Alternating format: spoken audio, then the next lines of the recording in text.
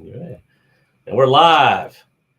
First off, what we do, I got a great guest with me today, guys. But before I actually hit the record button, I want to share everything from my business to my personal page. Yeah. So give me 2 seconds, and that way, once we hit go, see, we're down there. Look at that. You're live. Boom. We hit share. Then I'll come here. I'll edit. See, these are all the things that are not in my way. And then make sure I got you tagged. Yeah. And then I'll tag, my mom, because mom's the team leader. Well. And then I've got my assistant, Jordan, who helped me set all this up. And Lauren, who you met. Yeah. So now we're sharing. Super cool. Save. And then we hit here. You ready? Okay. Let's do it. Yeah, let's do it.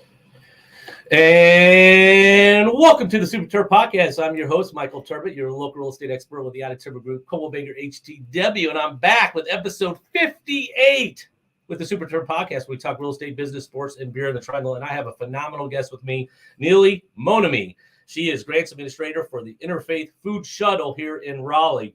Our team volunteered a couple weeks ago. We had such a blast. There was 7 of us. And we went to the Inter-Faith Food Shuttle, and we helped pack, I believe, like 79 meals. Then we delivered it to seniors, and we just had such a magnificent time.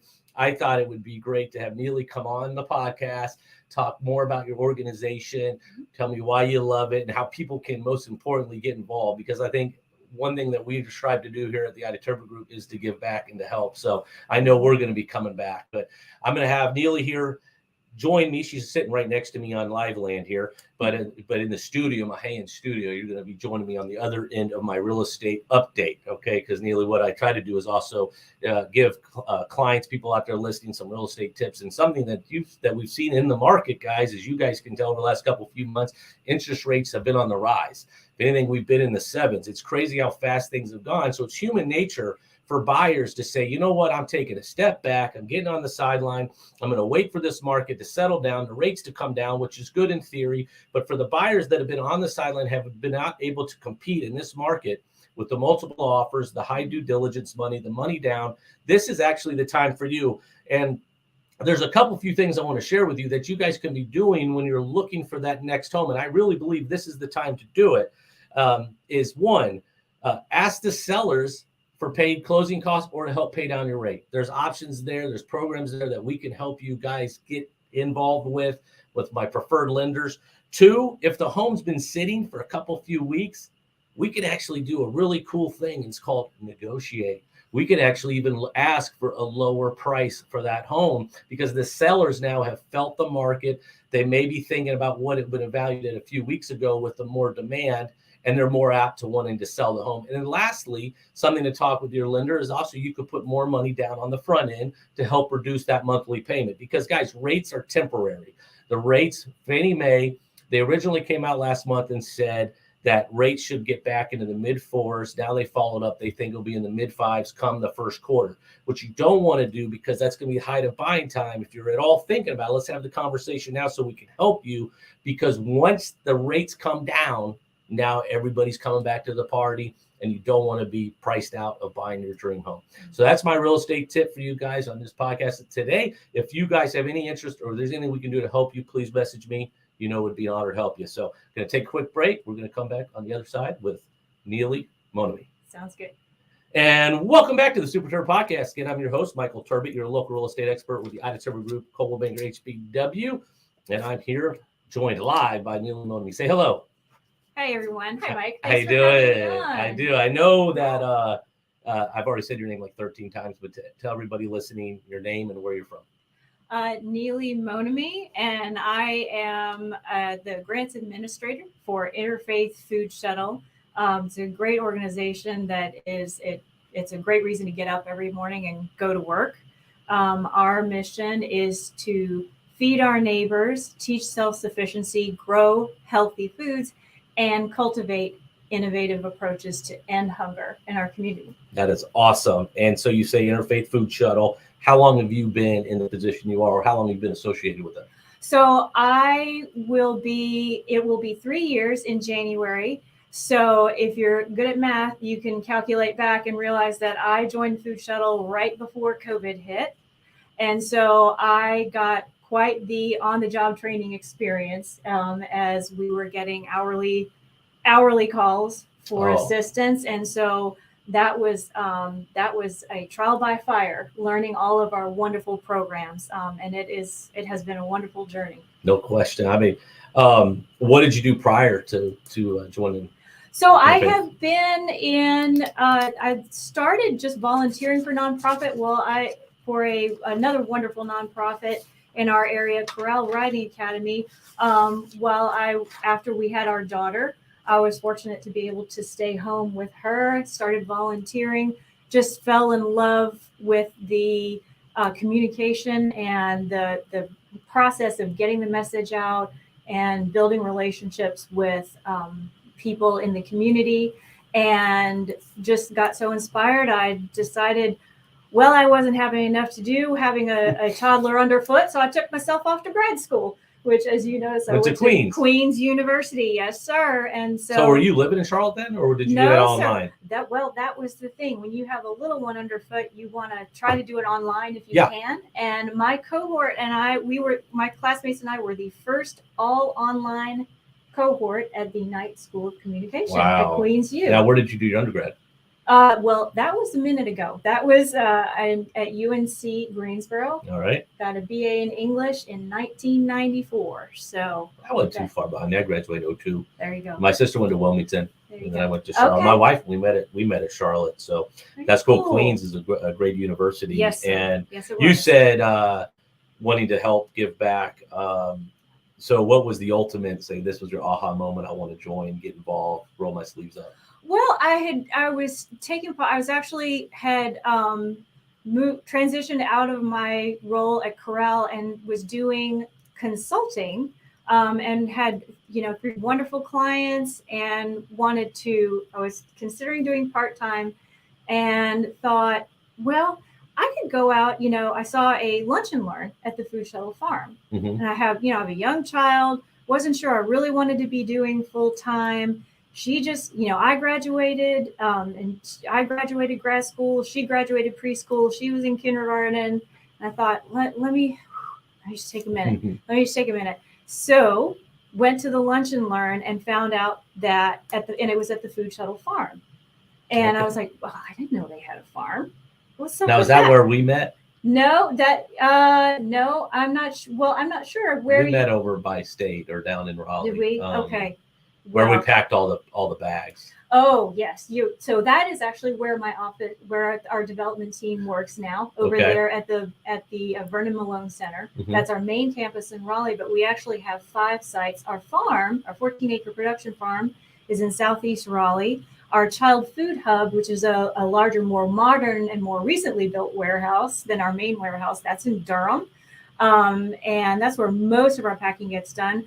Then we have 2 beautiful learning gardens, Gear Street Garden, oddly enough on Gear Street in Durham, North Carolina, and Camden Street Learning Garden in Raleigh, about 5 minutes away from our main warehouse there on Blair Drive.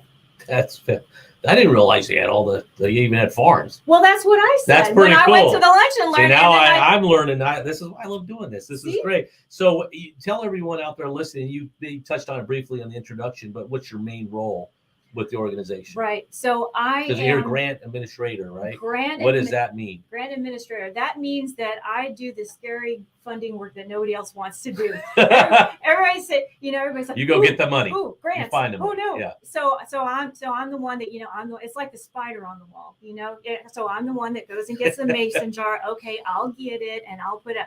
That's me. Mm-hmm. I do and I absolutely love it. And I love, I can talk about this mission all day long. I can sense your passion just chatting, and I think that is awesome. Well, it is. I felt, we were talking about the farm lunch and learn that I went to. I fell in love. Yeah. Right from the beginning. Yeah. And somebody came up and asked me, well, what do you do for a living? And I told her, she said, well, it's a funny thing. Our grant writer is retiring in December. Really? You don't say. And here we are today. There. Here we're having this conversation. And the ultimate mission is what? Obviously to help end hunger, or provide food, but what would you say that is?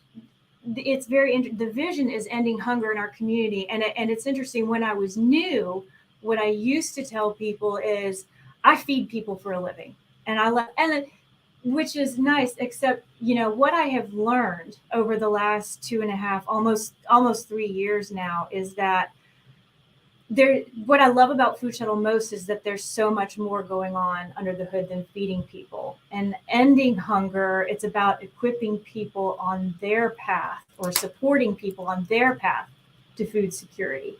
So there's a lot of listening. There's a lot of understanding what their needs are. You don't just decide what food somebody needs and just give them a box and say, "Oh, aren't you so grateful?" No, that's not how this works. Mm-hmm. You need to understand what people actually need. And so, what I like to tell people is, if feeding people was going to end hunger, we'd have done it a long time ago. Right. And so we also have a lot of education initiatives, both on the nutrition education side and on the garden education side, or agriculture education side. So we take our school partners, for example. Everything we do is done based off of partnership. We work with over 200 partners in 7 counties in central North Carolina. We service Wake, Durham, Nash, Edgecombe, Chatham, Johnson, and Orange counties. Wow. And that's our assigned service area, if you will, within the Feeding America network.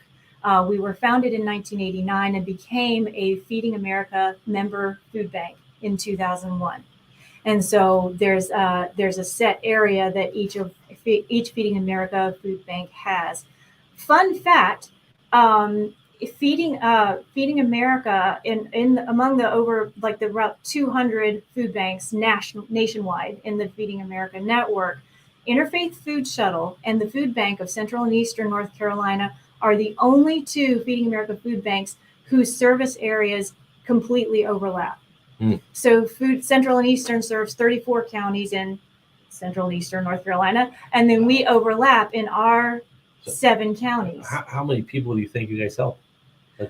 So here's how I like to answer that.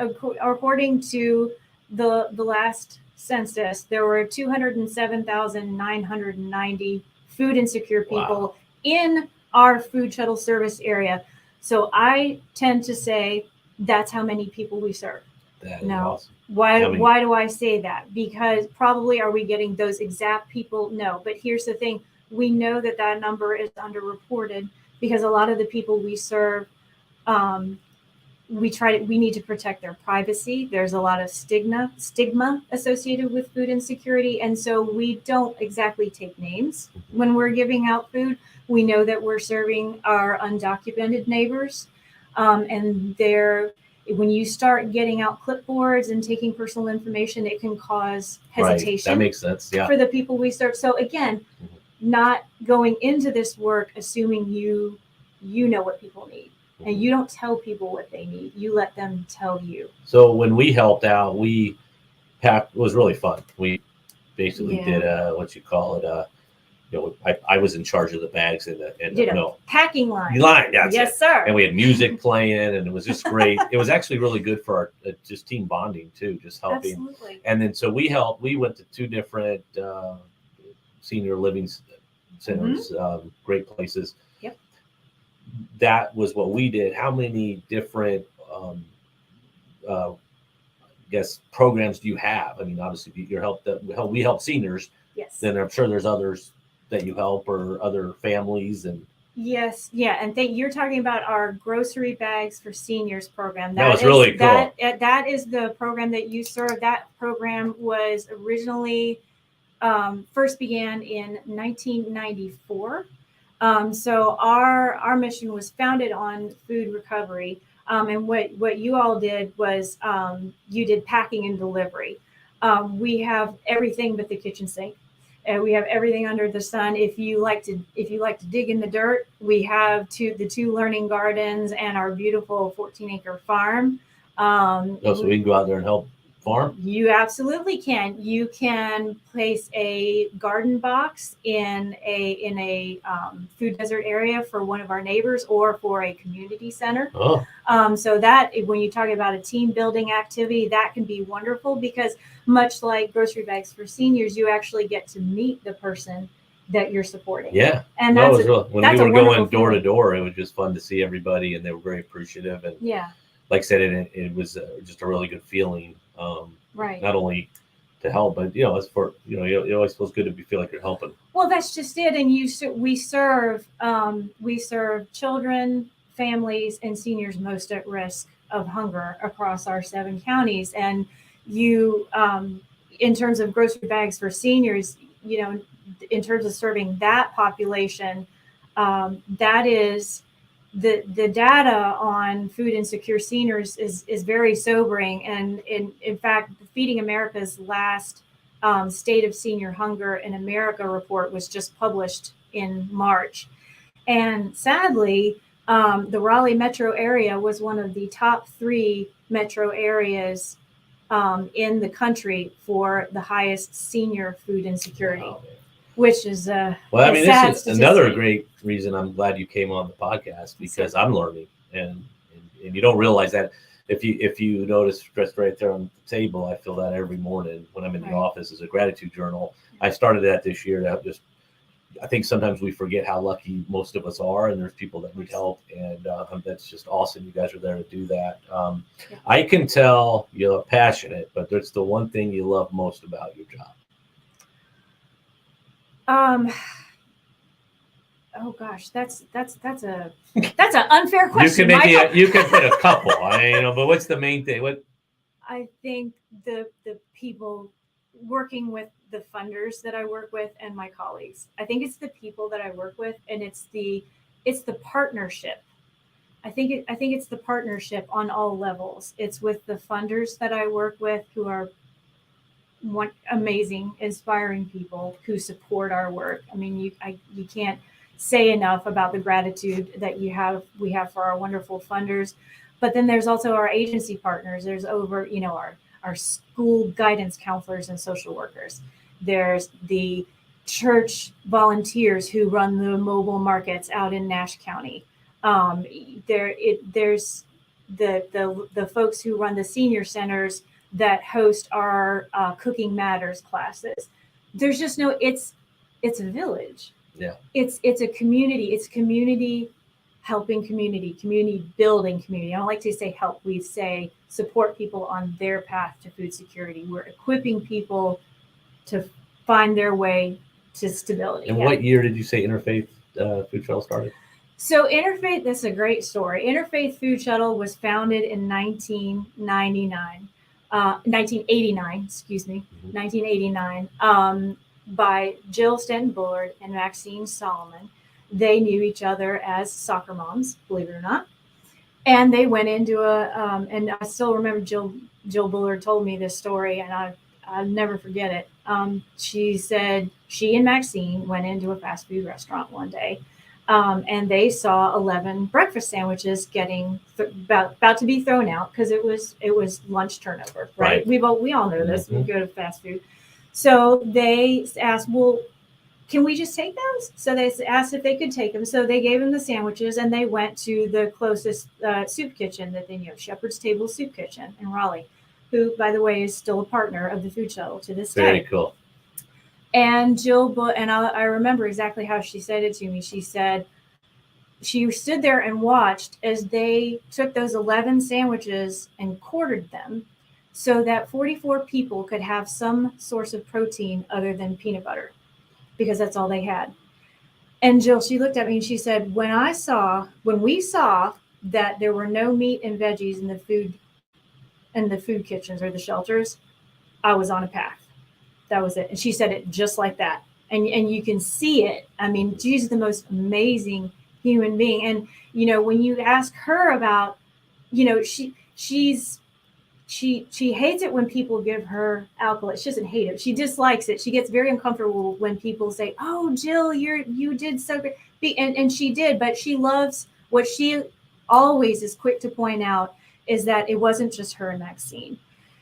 their two faith communities, Temple Beth Or and Church of the Nativity in Raleigh, were the first volunteer force that did the work of this mission. And those two faith communities built this mission. And so that's where the name comes from, Inter-Faith Food Shuttle. So we are not actually, we're very respectful of the faith community. It was founded in that spirit. And so we like to say that we are a place where people of faith and no faith, or no faith at all, come together to end hunger in our community. That is awesome. I love that story. So in saying that, where do you see the organization in 5 years? So we are heading into year 2 of our 5-year strategic plan. And so the ultimate vision, of course, is ending hunger in our community. It will probably take a bit longer than 5 years to do that. However, our next steps are deepening our service impact in our more rural outlying counties. And so a big part of my job is seeking support to help make that happen. We need to build up our fleet a little bit to help that happen. And there's a whole lot of things. And there's also a lot of partnership building that's going on. And again, in the spirit of the tricky part about it is you don't just go in and set up shop and say, okay, here's the programs that you need. Again, this is not how you do this work. So what's really great, a really great example of how you do not do that is being launched by our Child Hunger Programs team this fall, the School Site Coordinator Council. And what that is a monthly forum for our site partners, which whether they're guidance counselor, social worker, somebody who's in that space within the school and manages our backpack buddies and school pantry programs that are on the school sites. Those people know the families.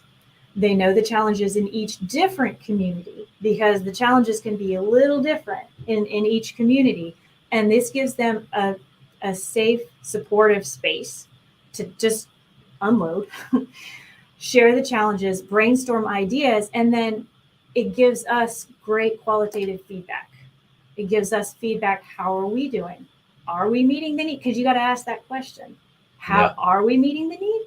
Because if you're not asking that question, you're probably not meeting the need, right? And so it's more efficient. It's more rich. It's richer feedback and more efficient to get feedback in that face-to-face, or in this case Zoom. But because you got people in 7 counties. But it is better than a survey. You get more depth, and with that, then that makes that innovation, that cultivating innovative approaches to end hunger, it makes that cultivation part start to gain traction when you do that. That's great. That is great. Yes, sir. So tell me, now you told me the story, how everything got started, but I want you to personally tell me a great story that you can share with the listeners while working with the Interfaith Food Shuttle. I think I would have to go back to a rookie story when COVID, of course, happened 3 months after I took this seat. And, we were just writing proposals like they were going out of style, my colleague Rachel and I. But we put on our very first mobile market in Chatham County during that time. So we went out to a beautiful church, had a great setup for that lot, that drive-through distribution. You have to have the logistical setup for it. So we were set up to feed 1,500 families that day. And it was June and it was hot, and a whole bunch of staff and volunteers, a couple of our board members were out there. And I mean, we had 5 different stations. We had dry goods boxes. We had produce boxes. We had family-sized casserole meals. We had bread donated by Union Street Bread Company. I say that I probably got that incorrect. I apologize to our partner for getting that name incorrect. And we just had all those different stations set up. And I think what it taught me a lot about this mission. It was life-changing. It taught me a lot about how to properly do this work. And what I saw is one of my colleagues, one of our veteran drivers, Dennis, and I could see him from where I was, and I could see him up the hill. And he was handing out, I believe he was handing out produce boxes, but that wasn't it. It's how he was doing it that caught my attention. And I mean, he was funning with them. He was cutting up and just making them laugh. And what he was doing was making them feel seen and normal, and like, you're okay. We're here for you. There ain't nothing wrong with you for being in a food line. And I will never forget it. It is the dignity with which you approach the people that you serve. That is what makes Food Shuttle. That is awesome. Yeah. They're inspiring me. So for the people listening, before I get my rapid questions, just tell everybody how they can sign up if they're interested in taking their team or group people can get involved. Absolutely. So there are so many ways to help. Foodshuttle.org, real simple. That's our website. For volunteering, as I said, we have everything from soup to nuts. If you want to pack boxes, we've got that. If you want to drive boxes out to schools, we've got that. If you like to dig in the dirt like me, we've got that. So basically, however you want to serve, there's an app for that. Is there an age requirement? There is. So I'm thinking like at the farm, I can see kids liking that, but you don't want them also making a mess or liability. You can, and I believe 13 is the age, is the young. With it depends as we get to know. If you're a more regular volunteer, we can see it depends on the situation, but as a rule, 13, and of course that assumes that there's an adult chaperone or parent with someone from age 13 to 17. So, but we do, of course, we accommodate like high school groups, and so there's room for that. That might be a situation where you would reach out to our volunteer team directly. Mm-hmm. So that would be volunteers at foodshuttle.org, and our volunteer services team has all the answers, and they can help you with a corporate event. If you can't find, go to the volunteer tab on our website at foodshuttle.org, and it's very well organized. It's very easy to see. You just pick the area that you are interested in, and then if you can't find what you're looking for there, just email us at volunteer@foodshuttle.org, and our team will get you what you need. Very cool. So, I know when we signed up, Rachel helped get everything lined up for us, and it was really easy, and we got the time. I think we scheduled a couple weeks out in advance, but it was really good, and it was a great time. So I appreciate you sharing all that with us. And so we're going to have the rapid questions now come your way, which we like have a lot of fun with. And then I'll follow it up with the last question, which I've asked everybody that's come on the Super Terb Podcast, and I love every answer. And there's no wrong answer. Okay. All right, you're not going to be graded. So, all right, Neely, favorite food? That's a good topic. Pizza. All right. Pepperoni or cheese? Or something else? I like the mix of the veggies and the meat. Okay, like a little combination. Yeah, I love absolutely. That too. Favorite? Do you dip it in ranch or no ranch? No, not ranch. Just regular. No. Okay, no ranch. I sometimes I go no ranch too. No. Favorite restaurant? Ooh.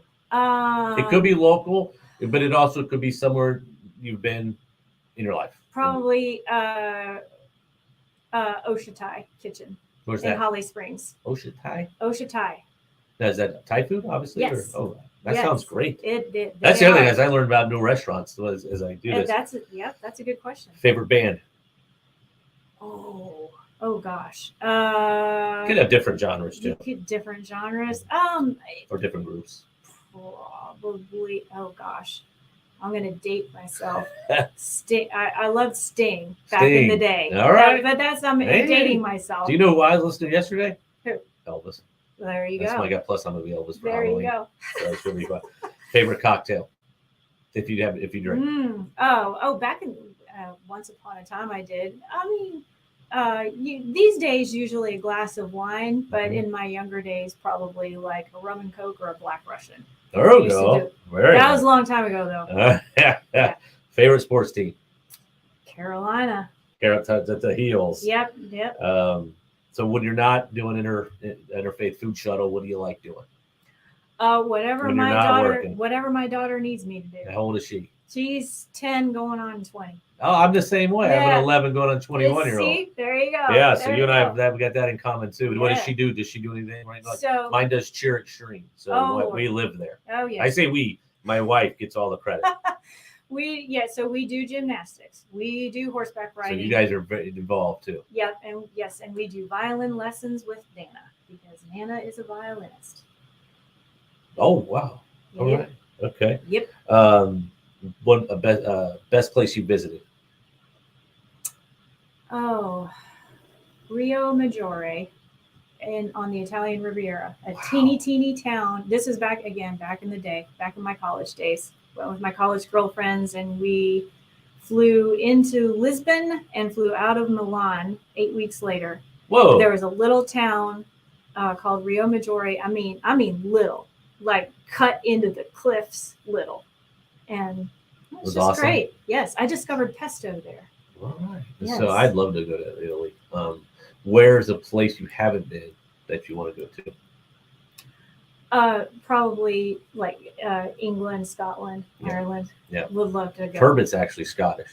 I'd love to go to Scotland. Yes. Been to England. Actually, I'm a big Panthers fan. So 19, I went with my dad and my buddy. We went to the London game. Mm-hmm. And then my dad and I did a Beyond Band of Brothers tour, World War II tour. So we did everything from Normandy all the way to Munich. So that was a great experience too. Yeah. If you could have dinner with two people, dead or alive, who'd they be? Harriet Tubman. That would be interesting. And oh man, I should have thought of these ahead of time. You didn't know. That's the point. I know. That makes it more fun. I know. Harriet Tubman and John Kasich. Okay, cool. Yep. All right, here's the question. Okay. Everybody, the best advice you've ever received and by who? So, fun fact, back in my younger, foolish days, I was a horse trainer. Believe it or not. Yes, sir. Arabians and half Arabians and saddlebreds. And I used to work for Seaman Stables, Chuck and Luann and Matt Seaman, and now the younger son, Luke, in New Carlisle, Ohio. And I was, Chuck Seaman was a great mentor to me, both as a horseman, but also on a personal level. And I was a young, fresh, young horse trainers you get to a point when you're young and you're just coming up that you learn just enough to get yourself in trouble with a horse, but not enough to figure out how to avoid it. And that comes later, and that did come later. But at the time, I was on the front end of that journey. And so I was, having some frustration and trying to break through and learn. And I remember, and Chuck, I didn't know it at the time, but he was studying me, those first 2-3 months. And I remember I was getting the horse ready one day, and he said, he was just talking. And all of a sudden, out of nowhere, he said, Neely, he said, everything you do with a horse, you do it in love, especially discipline, he said. And something about everything in me, it was like somebody stood up in a boat and said, peace, be still. And from that moment on, it changed the way I trained horses. And I became so much a better horseman because he said that. That also factors into how I parent my daughter today. No, that's fantastic. So it works with people too, myself. Right? I have a 14-year-old son as well. Well, and we went to the fair yesterday, and we held it together pretty good till the end. We got cold, a little drink. As I say, my son got hangry, and then things kind of, we get but I love that. That's really good. Like I said, I've been asking everybody since my first podcast, and whenever the Super Terb Podcast retires, I've got them all on video. I'll be able to go back. I may even make a little, I was not making a book, best things you've ever received and by who. Something like that. And everybody's saying. So I think that's great. Well, Neely, I can't thank you enough for coming on the Super Terb Podcast. Oh, thank you for having me. It's been such an honor to have you and learn more about the Inter-Faith Food Shuttle. Again, it's opened my eyes to a lot of things. And I think sometimes in life we get just so busy. And again, we realize, we don't understand, or we don't realize that other people may be in need or we can help. Yeah. And I think that's what we try to do here. So we're going to be looking forward to more volunteer opportunities with you guys. And of course, anybody we come across, talk about you and what have you. So do you have anything closing you'd like to say? Just thank you so much for having us on. It takes a community to build our folks up. And whether you give your time, talent, or treasure, we need it all because the need is great. So thank you for all you do. No, thank you for coming on. And all right, so episode 58 in the books. It's hard to believe we've been doing this almost 2 years.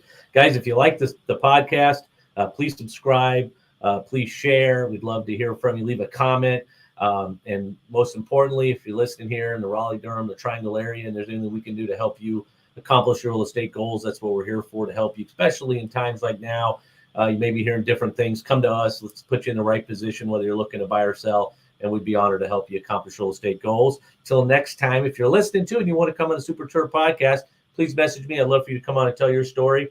And until next time, guys, it's Michael Turbot, a.k.a. Super Terb, a.k.a. Coach Terb, with the Super Terb Podcast, with the Untitled Group, Cole, Binger, Harrison, and Walston. Remember, who you work with matters, and have a great day. See ya.